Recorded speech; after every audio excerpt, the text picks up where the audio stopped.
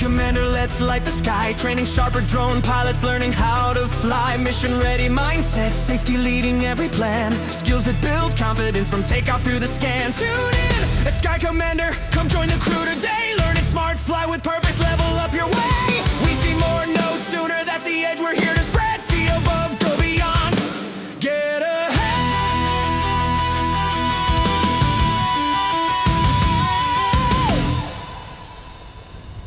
Okay, let's get started. Picture the scenario for a second. It is the absolute peak of golden hour. Oh, the best time to fly. Right. The sun is just starting to dip below the horizon, and it's painting the sky in these incredible, vibrant shades of orange and deep purple. Just gorgeous. Yeah. So 2 drones launch into that exact same sunset. They're flying the exact same model of aircraft, operating in the exact same airspace, fighting the exact same wind, and they both land 20 minutes later. But here is the catch. Okay. The first pilot comes back with this gorgeous, sweeping, highly cinematic video that is completely, and I mean fundamentally useless for their client's actual needs. Yeah, totally useless. And the second pilot, they come back with what the industry calls decision-ready evidence. And that gap between those 2 pilots is fascinating because it has absolutely nothing to do with raw talent. Right. It's not about being a better flyer. Exactly. It isn't about one of them having steadier hands on the control sticks or, better spatial awareness in the sky. It comes down to an entirely different philosophy of capture. Which is exactly what we're getting into today. Welcome to the deep dive. You, the listener, sent us a massive stack of materials, and looking through them, it became clear pretty quickly that we needed to completely rewire how we talk about drones. Oh, absolutely. When you look at this incredibly dense stack of sources, we're talking comprehensive professional operation manuals, these really deep dive training excerpts from DJI, Adobe's video processing guidelines. Yeah, the photogrammetry standards from Pix4D. Right, and even the strict legal frameworks from the FAA and Transport Canada. A singular theme emerges from all of it. Oh. And that theme is that the camera is not always a paintbrush. Sometimes it is a diagnostic instrument. A diagnostic instrument. I love that. Because most of the advice you find online right now is relentlessly focused on aesthetics. Like everyone just wants to know how to get the prettiest, most cinematic shot for their social media feed. Right. It's all about the likes. But the manuals you shared with us demand a totally different operational approach. They treat the camera as a tool for validation. Yeah, and it forces you to realize that the settings you choose on your controller actively dictate what kind of truth survives the flight. That's exactly it. What kind of truth survives and what kind gets erased before the client ever even sees the footage. Yeah. We like to think of a camera as this perfectly objective mechanical eye that just records reality as it is, right? Sure, you point it, you shoot it, there's reality. But the physics of how a sensor actually collects light, combined with the software processing that happens inside the drone itself, means that you are constantly making editorial choices, even if you don't realize it. And that is our mission for you today. By the time we finish unpacking all these materials, you won't look at a drone as just a flying camera anymore. No, you really won't. You're going to see it as a mission-specific truth-gathering tool. We are going to explore the psychology of exposure, the hidden costs of frame rates. The absolute nightmares of photogrammetry distortions. Yes.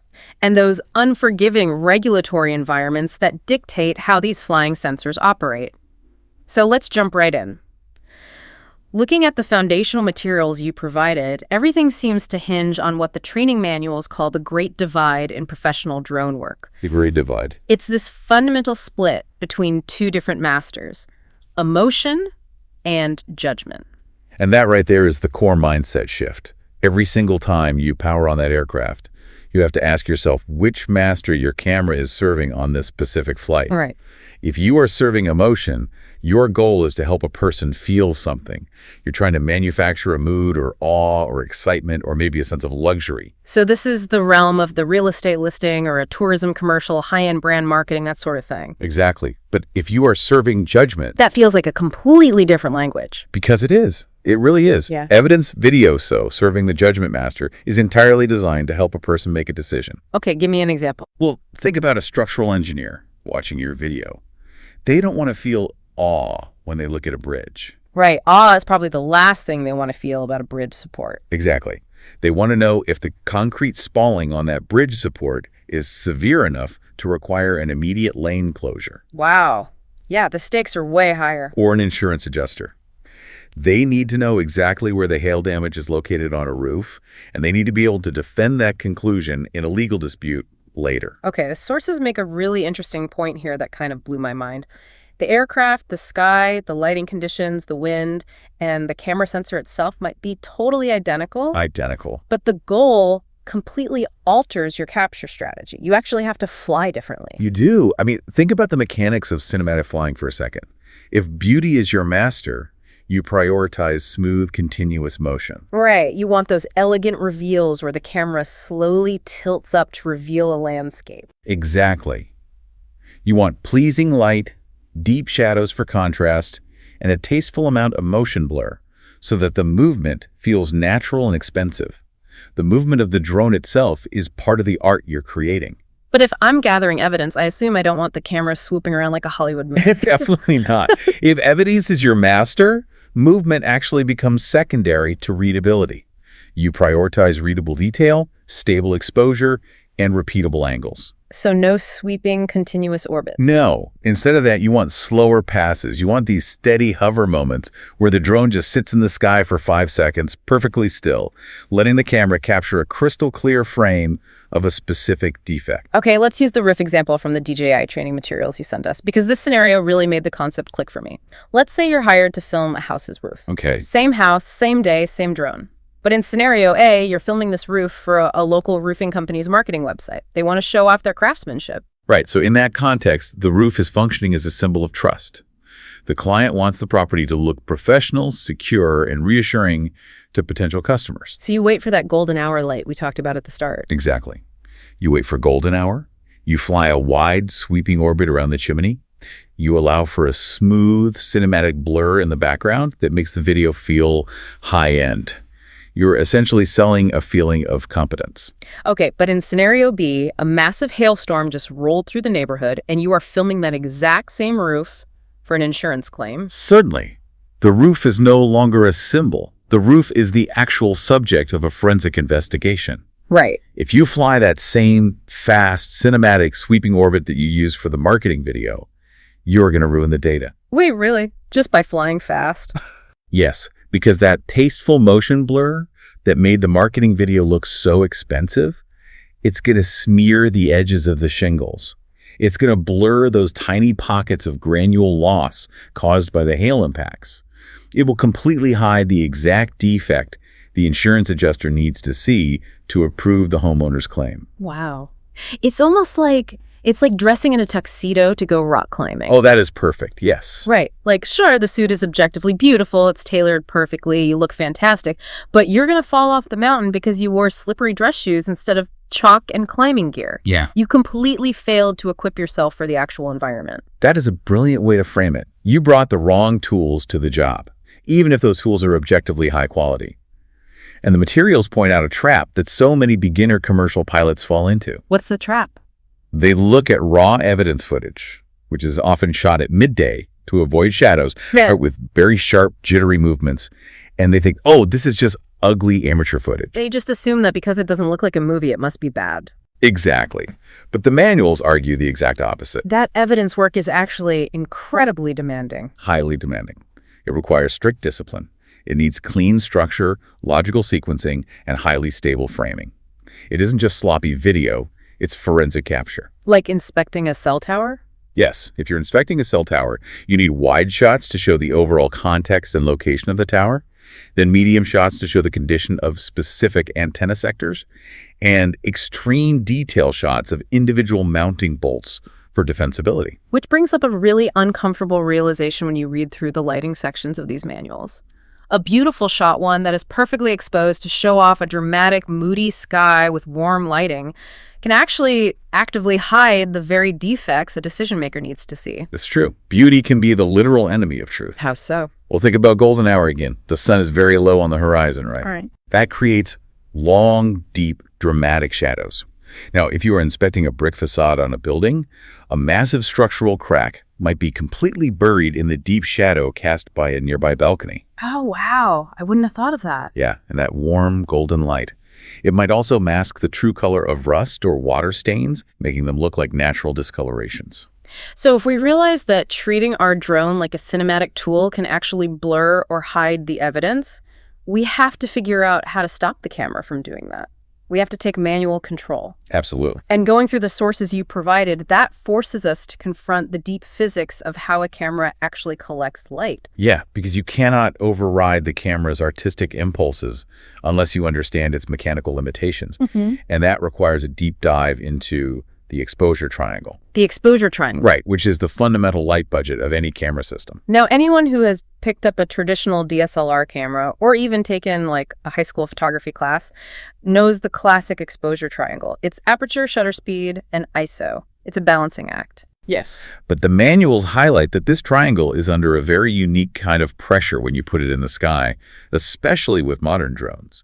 The problem starts with the physical hardware of the drone itself. On a traditional ground camera, you have a lens with an adjustable aperture. Which is basically the pupil of the camera. Exactly.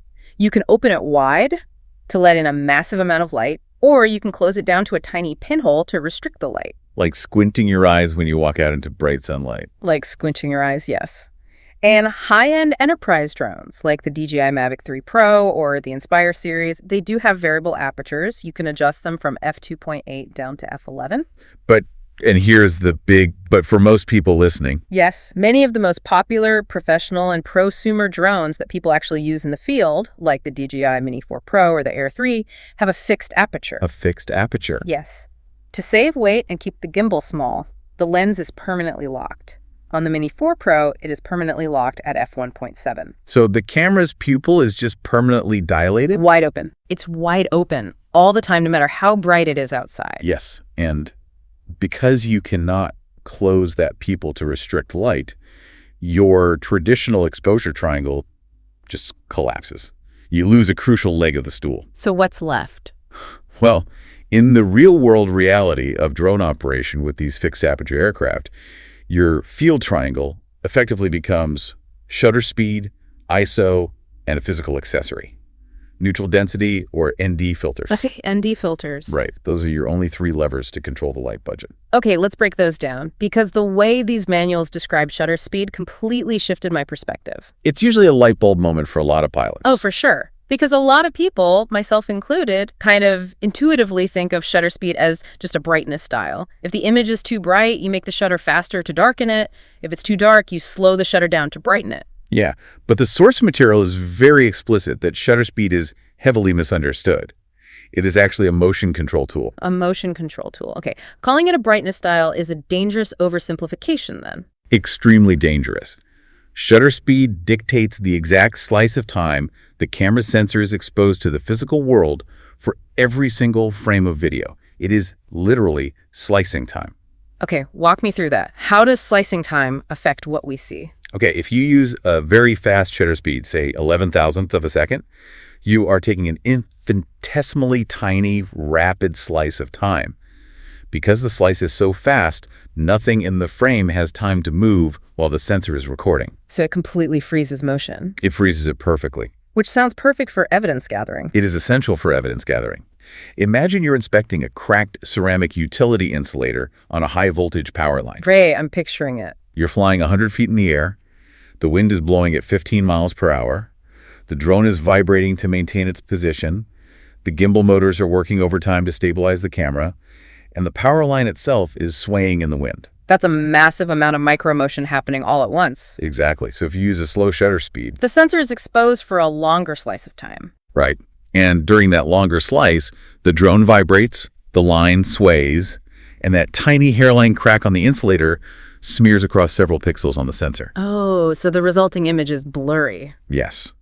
The engineer reviewing the footage back at the office pauses the video to look at the crack, but they can't tell how deep it is because the edges are soft and smeared. But if I crank that shutter speed up to 11,000th of a second... You freeze the chaos. Freeze the chaos? Right. The drone is still vibrating, but your slice of time is so fast that the vibration doesn't even register on the sensor. When the engineer pauses the video, the crack is razor sharp. You have successfully captured the truth of the defect. Okay, but there's always a trade-off in physics. If a fast shutter speed is so great for freezing detail, why don't we just leave it at 11,000th of a second for every single flight, like even for cinematic real estate videos? Because if you use a fast shutter speed for a cinematic video, the footage feels absolutely terrible to watch. It feels brittle, harsh, and staccato. Like choppy. Yeah, think about panning the drone across a lush green forest. If you have a fast shutter, every single leaf on every single tree is perfectly frozen in every single frame of the video. Okay. As the camera moves, those millions of frozen high-contrast details clash against each other frame after frame. It creates this jittery, flickering mess. It strains the viewer's eyes and screams amateur video. That makes total sense when you consider how we actually see the world, too. Like, if I wave my hand really fast in front of my face right now, I don't see a series of perfectly frozen high-resolution hands. Right, you see a blur. I see a blur. Because the human eye expects a certain amount of motion blur when watching a moving image. It's how our brains process continuous motion. So for cinematic work, a slower shutter creates that natural, elegant smear. It blends the frames together smoothly. But as DJI's Enterprise Manual specifically warn, that exact same elegant smear destroys the fine edges of the rust or the concrete spalling you are trying to document in an inspection. Exactly. You are constantly trading brightness for blur and blur for sharpness. Okay, so if shutter speed is a really dangerous way to manage your light budget because it fundamentally alters how motion is rendered, people naturally reach for the second lever, ISO. ISO. Right. Now, in the consumer world, ISO is often just thought of as the camera's sensitivity. You just turn the ISO number up from 100 to 800 or 3200, and the image magically gets brighter. And this is where the professional materials you sent us throw up a massive, glaring red flag. ISO is not free light. It is not a magic brightness dial.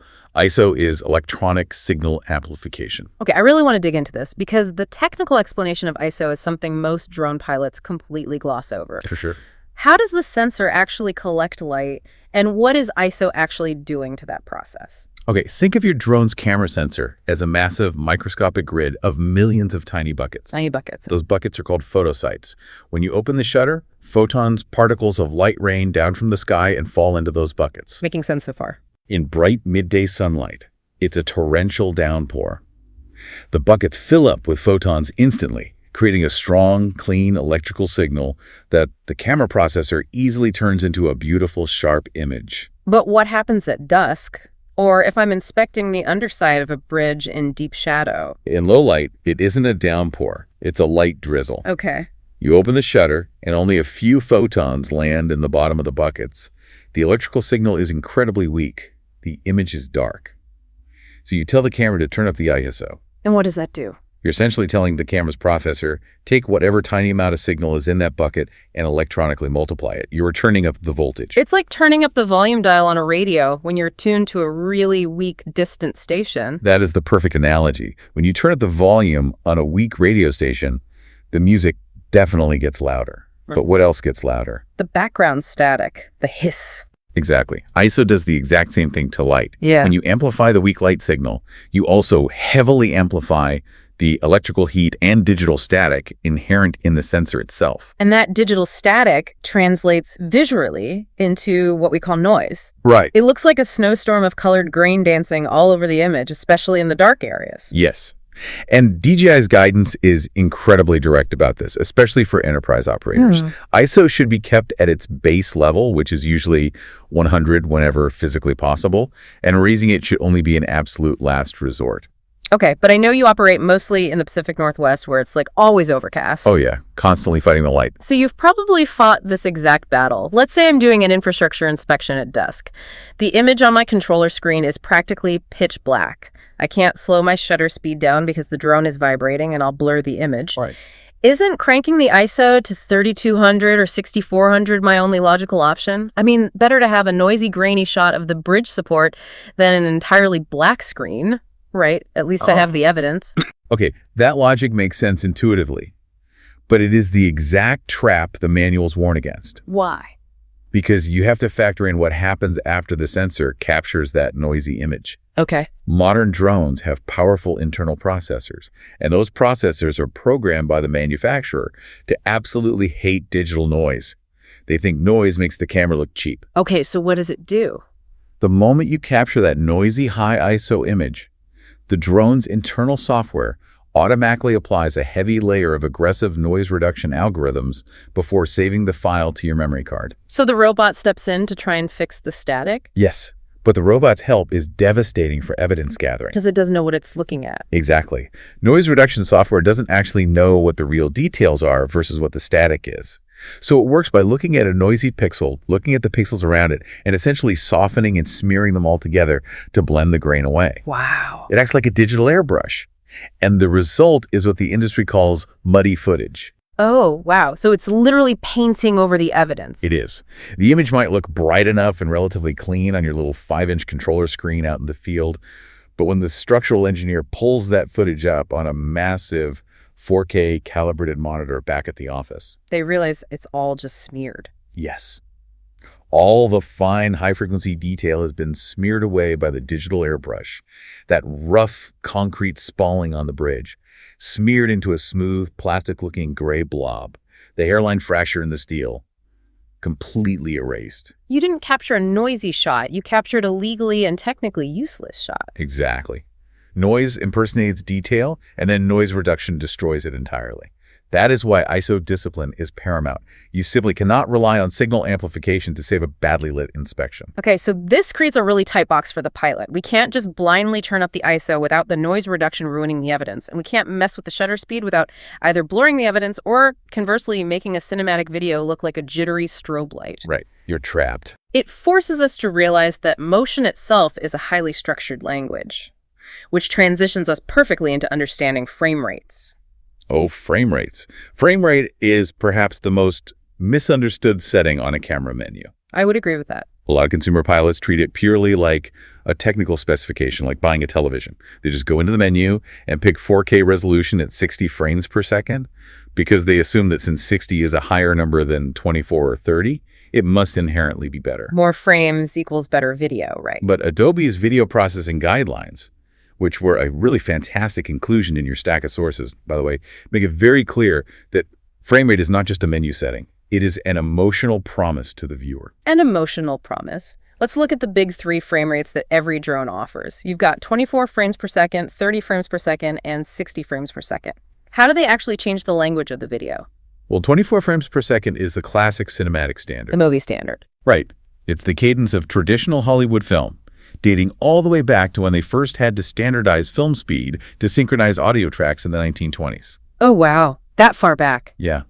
And because we have watched movies at 24 fps for a century, it has a specific, slightly dreamy rhythm that subconsciously tells the viewer's brain, you are watching a constructed story. You are watching cinema.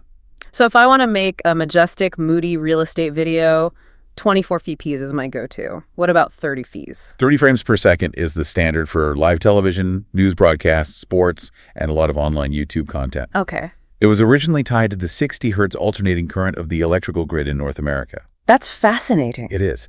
And it feels cleaner, more immediate, and more present than 24 fps. It doesn't feel like a movie. It feels like you're looking through a window at reality happening right now. And then there's 60 frames per second, which seems to be the default for a lot of consumer drones right out of the box. Yes, 60 fps captures twice as much information as 30 fps.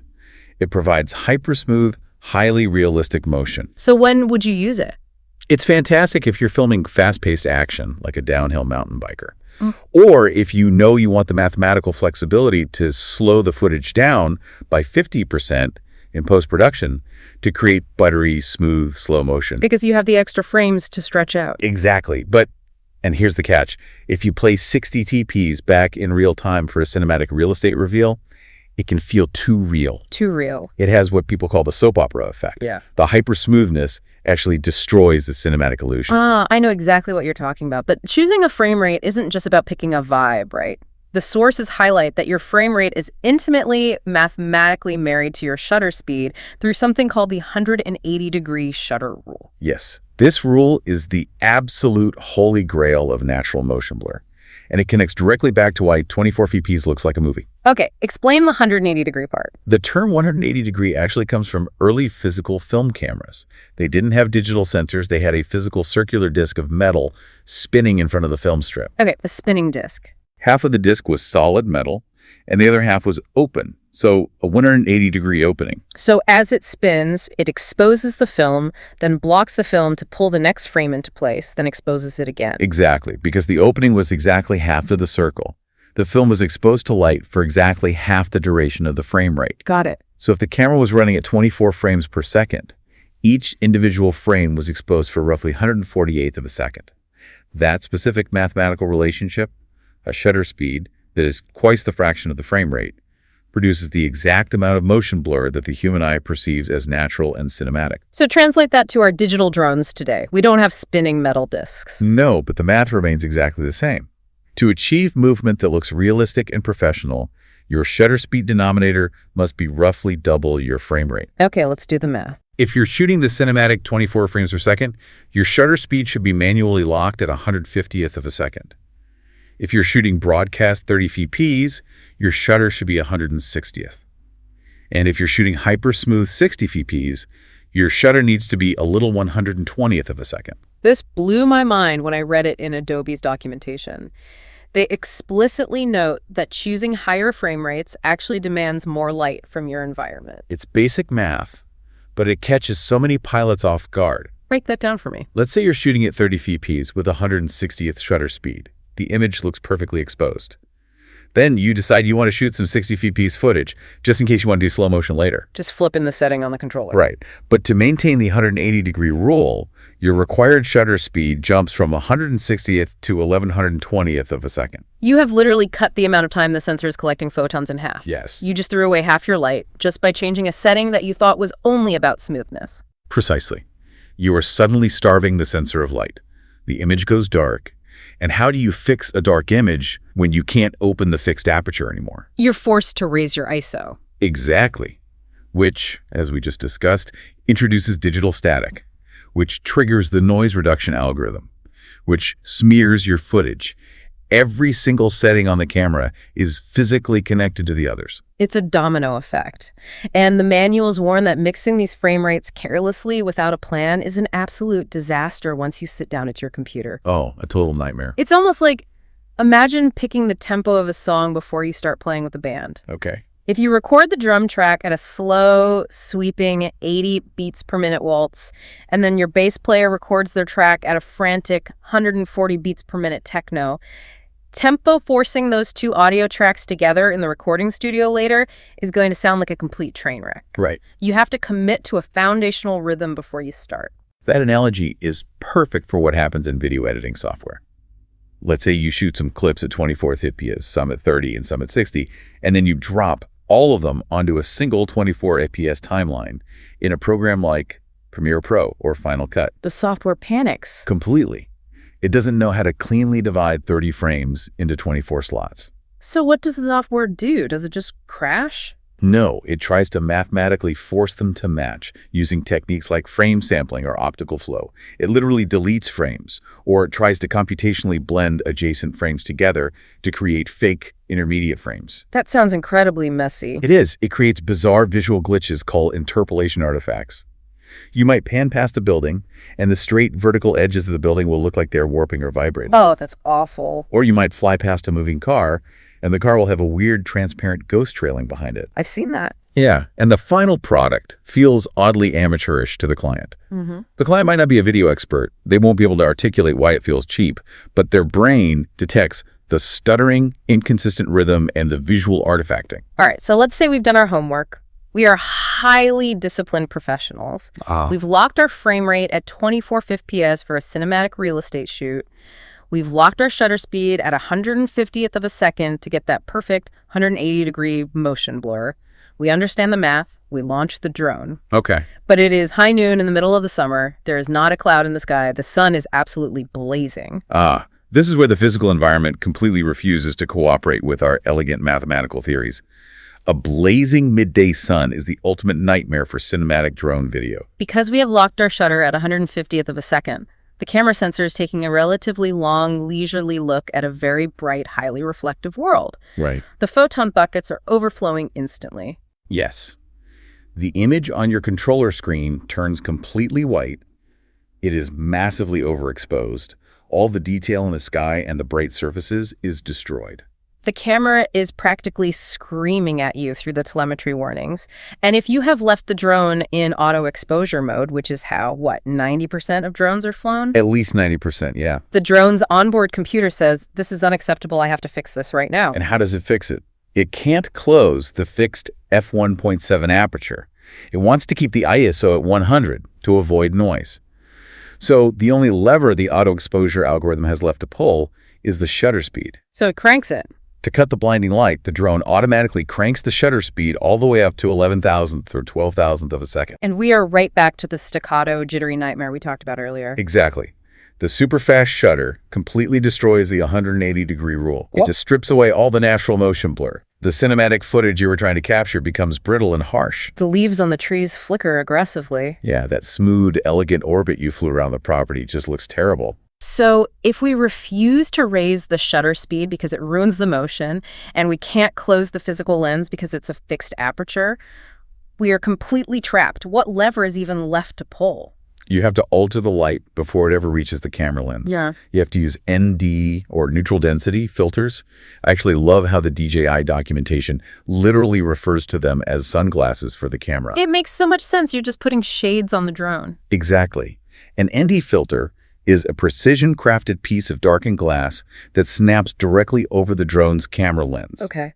It physically restricts the volume of photons entering the camera, which allows you to keep your shutter speed down at that cinematic 150th of a second, even in blazing sunlight, without blowing out the image into a white mess. And they come in different strengths, right? You see ND4, ND8, ND16, ND32. Yes, those numbers represent how much light they block. An ND4 cuts the light by 2 stops, letting 1/4 of the light through. Wow. An ND32 cuts it by 5 stops, letting only 1/32 of the ambient light reach the sensor. A professional pilot will carry a whole case of these filters and rack them out depending on how bright the sun is at that specific hour. So they're not just fancy accessories to make you look like a pro. No, they are mandatory physical control tools for managing motion blur in daylight. But introducing these physical filters brings up a massive operational trap that the training materials harp on constantly. Oh, the auto exposure trap. Yes, the danger of relying on auto exposure mode when the ambient light is shifting. If auto mode is basically a supercomputer calculating light in real time thousands of times a second, why does it fail so spectacularly when a single cloud passes over the sun? Right. Like, why can't we just trust the robot to do the math for us? Because the robot is incredibly smart at math, but it is completely ignorant of your mission. Ignorant of the mission. Okay. The auto exposure algorithm doesn't have eyes. It's programmed to look at all the pixels across the entire frame, calculate an average scene brightness, try to force the overall picture to be a mathematically balanced neutral gray. It has absolutely no idea what the actual subject of your shot is. None. Okay, let's go back to our roof inspection scenario to illustrate this, because this is where auto mode ruins careers. Oh, for sure. Yeah. Imagine you're orbiting a house, inspecting the dark asphalt shingles. The image is exposed perfectly for the dark roof. Okay. But as the drone yaws around the corner of the house, a massive, bright, white, highly reflective cumulus cloud enters the top third of your camera frame. So the auto exposure supercomputer sees millions of white pixels flooding the sensor and panics. It says, warning, the average brightness is too high. The sky is overexposing.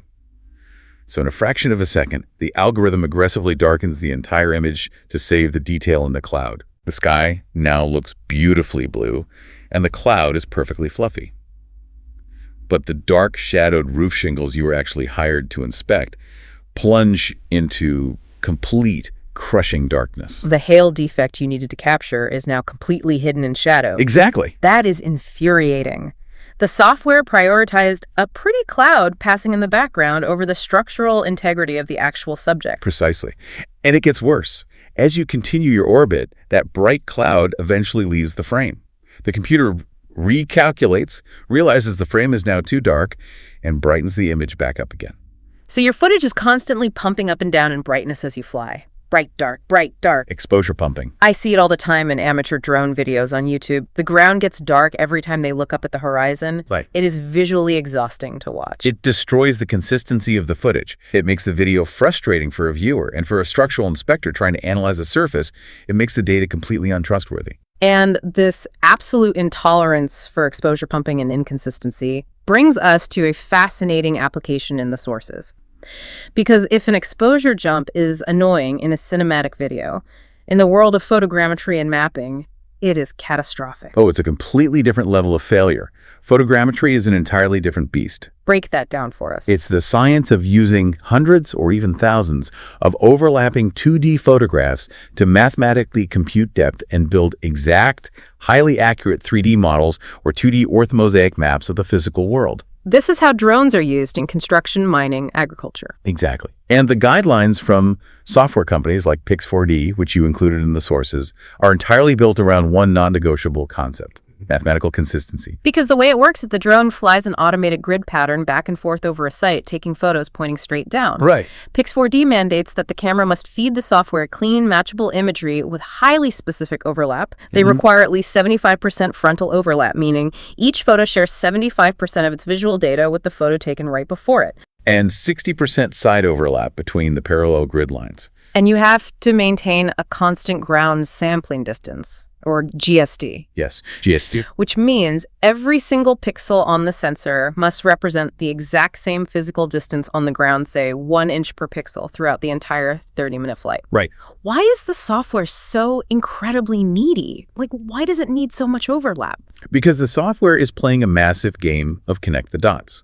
It analyzes the photos and looks for key points. These are unique, high-contrast visual features. Like what? It might be a distinct jagged rock, or the corner of a painted parking line, or a crack in the pavement.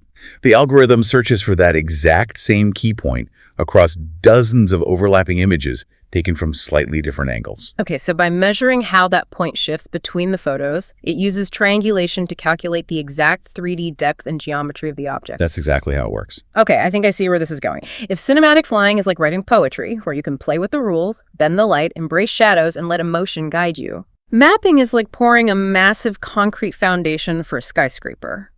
If one batch of concrete is mixed wrong, the whole foundation cracks. A structural failure. Right. In this case, if one photograph is watered down by motion blur because your shutter speed was too slow, or underexposed because a cloud passed over and auto mode darkened the shot, The software literally goes blind. goes blind. The algorithm can't find the key points. If your exposure pumps up and down, that distinct jagged rock looks light gray in one photo and dark black in the next. The computer assumes they are two totally different objects and fails to match them. Oh, wow. Or if your drone's autofocus decides to hunt for focus mid-flight, slightly softening a dozen images in the middle of the grid, the model breaks. The geometry warps. So in mapping, a bad shot isn't just an ugly frame you can snip out in the editing room. No, it is a structural failure in your dataset. There is a specific hidden danger in mapping mentioned in the sources that absolutely fascinated me. It's called the rolling shutter effect. Oh, rolling shutter, yes. Explain how this ruins maps, because it sounds like a sci-fi concept. It is a profound quirk of how most consumer and prosumer digital camera sensors, known as CMOS sensors, actually read light. Okay. When we think of a camera taking a picture, we imagine the entire image being captured in a single, instantaneous, frozen fraction of a second. Like a flashbulb going off, bam, image captured. Right. But that isn't how these sensors work. Instead, the sensor scans the image line by line, incredibly quickly, usually starting at the top of the sensor and scanning down to the bottom. It's like the laser bar on a flatbed office scanner moving across a piece of paper. It takes a fraction of a second to get from the top of the page to the bottom. That is exactly what it's like. Okay. Now imagine you are flying a drone very fast, moving horizontally close to the ground, taking photos of a tall vertical building. Because the drone is moving forward at 20 miles per hour, while the sensor is taking that tiny fraction of a second to scan downward, by the time the sensor reads the bottom pixels of the building, the drone has physically moved forward several feet from where it was when it read the top pixels. Oh, so the bottom of the building is literally recorded from a different physical location in space than the top of the building inside the exact same photograph. Yes. And the visual result is that perfectly straight, vertical objects like power poles, cell towers, or the edges of a skyscraper appear to physically lean, warp, or bend diagonally in the photograph. Oh, that's wild. This geometric distortion is baked right into the image. And the photogrammetry software has no idea that the drone was moving. It just assumes the building is actually leaning. Exactly. Imagine the real-world consequences of that.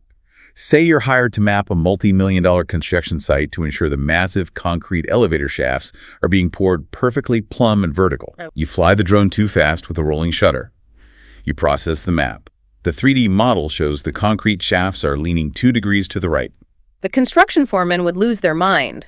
They might halt construction, tear down the forms, and cost the project hundreds of thousands of dollars, only to find out with a physical plumb bob that the concrete is perfectly straight. All because of the camera sensor. It was the drone's rolling shutter that warped the reality. That is exactly why high-end, dedicated enterprise mapping drones like the Phantom 4 RTK or the Mavic 3 Enterprise use expensive mechanical shutters. Yes, a mechanical shutter snaps physical metal blades open and closed instantly, exposing the entire sensor to the light at the exact same millisecond, completely freezing the geometry and eliminating the rolling shutter effect. It is wild to think that you could be a perfect pilot, flying a flawless grid pattern with mathematically perfect exposure settings, but simply because you flew the drone too fast with the wrong type of camera sensor, your map is mathematically ruined.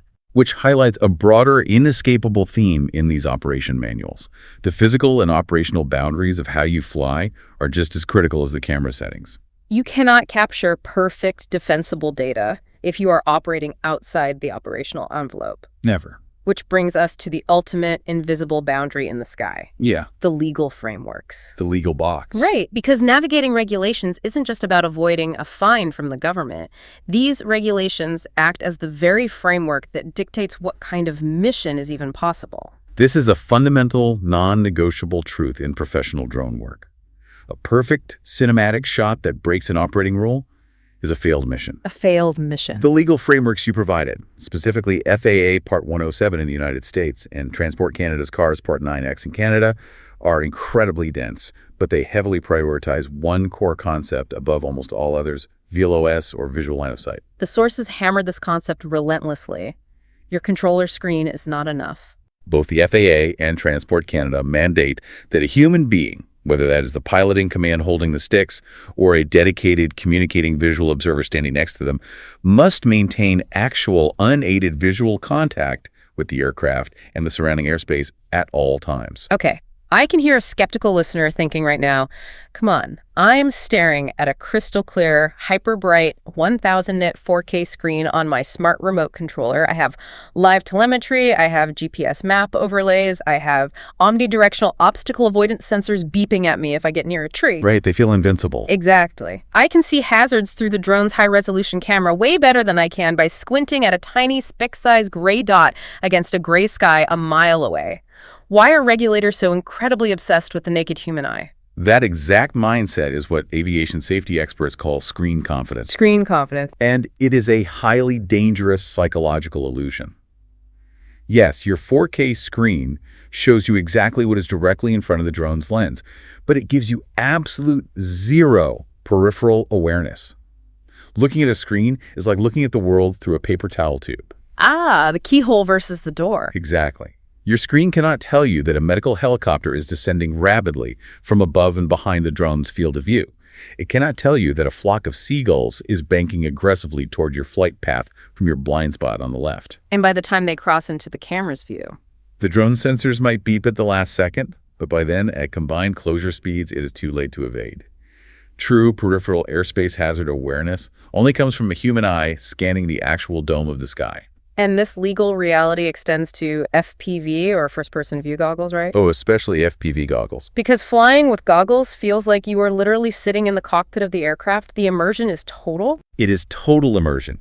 And it's an incredible tool for capturing dynamic, close proximity, cinematic footage like, flying through a narrow warehouse or chasing a drift car. Right. But strapping FPV goggles to your face does not grant you a legal cloak of invisibility, no matter how much you feel like Tom Cruise in Top Gun. Under the regulations, if you have goggles strapped over your eyes, you are legally blind to the surrounding airspace. Completely blind. Both U.S. and Canadian rules explicitly require that if the pilot is flying FPV, a visual observer must be physically standing there, scanning the airspace beyond the goggle's limited field of view, maintaining that unaided visual contact, and visually communicating hazards to the pilot. The legal box gets even tighter and much more complicated for the camera when the sun goes down. Night ops. The manuals dedicate entire sections to night operations because night completely upends the camera's light budget, which creates a massive temptation for pilots to bend the rules. Flying at night is the ultimate stress test for both the exposure triangle and the pilot's discipline. Because there's very little ambient light available. Right. So pilots are deeply tempted to use dangerously slow shutter speeds, which blurs the footage if the drone moves, or they crank the ISO into the stratosphere, which ruins the footage with digital noise. But legally, night flying triggers strict new physical requirements for the aircraft. Yes. Under FAA Part 107, you can't just throw a consumer drone up at midnight because the city skyline looks pretty. Absolutely not. Night flight requires updated knowledge training to understand visual illusions in the dark, and crucially, the aircraft itself must be equipped with specialized anti-collision lighting that flashes at a specific rate and is visible for at least 3 statute miles. 3 mile. I've seen those aftermarket strobes. They are blindingly bright. They have to be, because a Cessna pilot flying at 1,500 feet needs to be able to spot your drone against the background clutter of city lights. Right. But here's the friction between the law and the art. Those incredibly bright strobes flash every second. If you are flying in mist, fog, or close to a building, that 3-mile strobe reflects off the moisture or the glass and flashes directly back into the camera lens. Oh, man. It also illuminates the drone's own spinning propellers, creating a red or white wash of light across the video frame. It completely ruins the moody, cinematic aesthetic of the night shot. I've literally seen pilots on forums asking, can I just turn the strobe off for 3 minutes while I get the hero shot? I'm only hovering 50 feet up, and the flashing is ruining the vibe of my real estate video. And the legal and ethical answer is an absolute non-negotiable no. Never. You cannot disable a federally mandated safety feature because it ruins the aesthetic. The legal requirement supersedes the creative desire every single time. Night makes bad camera choices more likely, and it makes rule-breaking more tempting, which is exactly why the professional operator has to be highly disciplined. Navigating this massive, complex, the strict legal boundaries, the shifting light of the environment, the exact mathematical physics of the camera sensor, the demands of the mapping software. It requires way more than just good reflexes on the joysticks. Oh, definitely. It requires a highly specific psychological approach before the drone ever even leaves the ground. And looking at the final sections of the training manuals, that mindset is formalized into a process. When you watch a truly professional, veteran drone pilot work on a commercial set or an industrial site, it often looks effortless. Yeah, they're so calm. Right. They don't seem panicked when the wind picks up or when the clouds roll in and change the lighting. Newer pilots observe this and think it's just natural talent or some kind of inherent magic. Yeah. But professional instinct isn't magic. It is exactly what the manuals call compressed judgment. Compressed judgment. That is a fantastic phrase. The best pilots do not make complex camera decisions in the air. Why not? Because the air is a terrible, stressful place to do math. Your cognitive bandwidth is already maxed out just keeping the aircraft safe. You're monitoring battery voltage, checking wind speed telemetry, scanning the horizon for low-flying helicopters, and avoiding power lines. You're busy. Extremely busy. If you wait until you are 200 feet airborne to start figuring out your frame rate, or realizing you need an ND filter to manage the sun, you will make bad decisions. You will rush, and you will capture compromised data. So they move the entire decision-making process to the ground? Exactly. They preserve their cognitive bandwidth for safety and aviation. They plan from the failure backward. Plan from the failure backward. I like that. They use standardized aviation frameworks like the FAA's PAVE checklist, which forces them to systematically assess the pilot, the aircraft, the environment, and external pressures before powering on. And the site survey. The sources stress that a professional site survey isn't just standing in a field for 30 seconds looking around for tall trees and power lines. No, a professional site survey is an operational intelligence gathering mission. They're looking at the angle of the sun and calculating exactly where it will be in 30 minutes. They're looking at the reflectivity of the building's glass. They're anticipating where the deep shadows will fall across the inspection area. They pre-flight the camera, not just the drone's batteries and propellers. The DJI training excerpts give a strict operational sequence that pros use before takeoff. Mission, then motion, then light, then noise. Let's walk through that logic flow because it ties everything we've discussed together. It's a rigid hierarchy of decisions. First, mission. What is the ultimate deliverable for the client? Is it evidence or emotion? Are we inspecting a roof or selling a house? That single answer dictates everything else. Okay, what's next? Second, motion. Based on the mission, what kind of motion do I need? Do I need to freeze a crack bolt in the wind with a fast 11,000th shutter? Or do I need smooth, natural motion blur with a cinematic 150th shutter at 24 pps? Third, light. Right. Now that my shutter speed is locked, how do I handle the ambient light?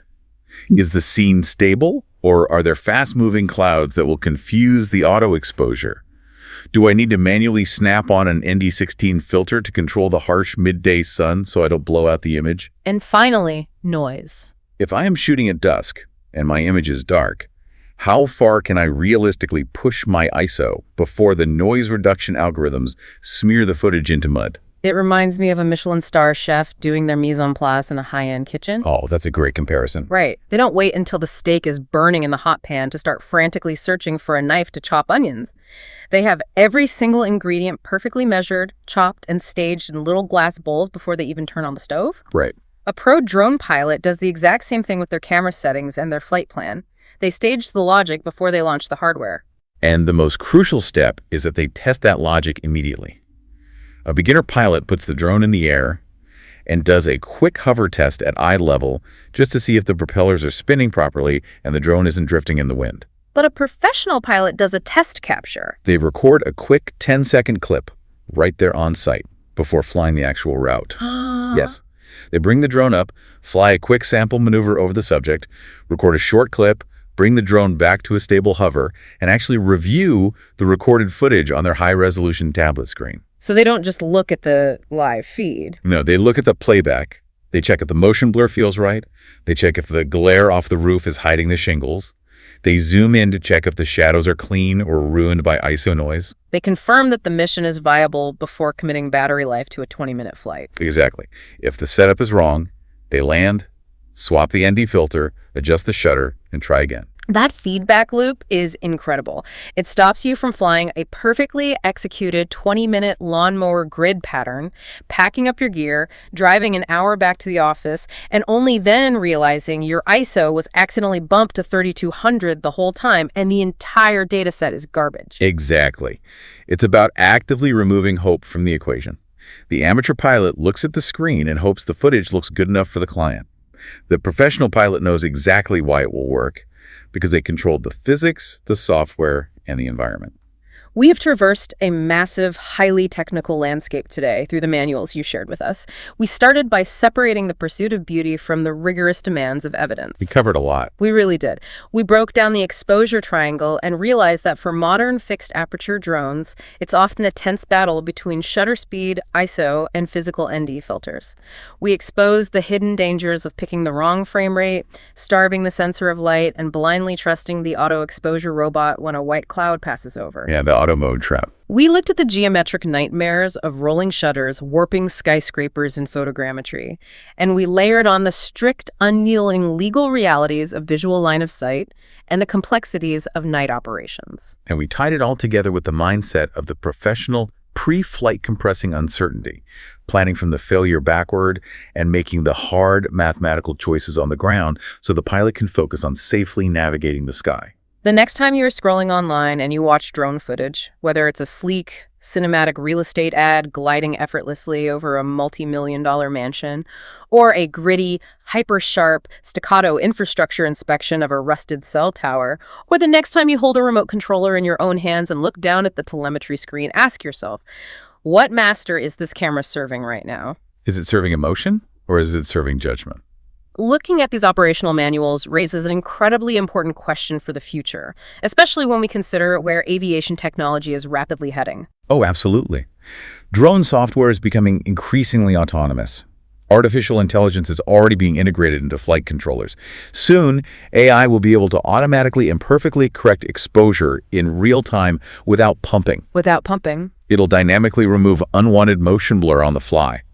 It might even computationally correct rolling shutter distortion instantly inside the camera, as the camera becomes smart enough to manage the complex physics of light entirely on its own. It makes you wonder, In the near future, will the value of a human drone operator shift entirely away from the physical act of manipulating the camera and capturing the image? Will the pilot's job become purely about legally, safely, and logically validating the truth of the physical space? It's a profound shift to consider.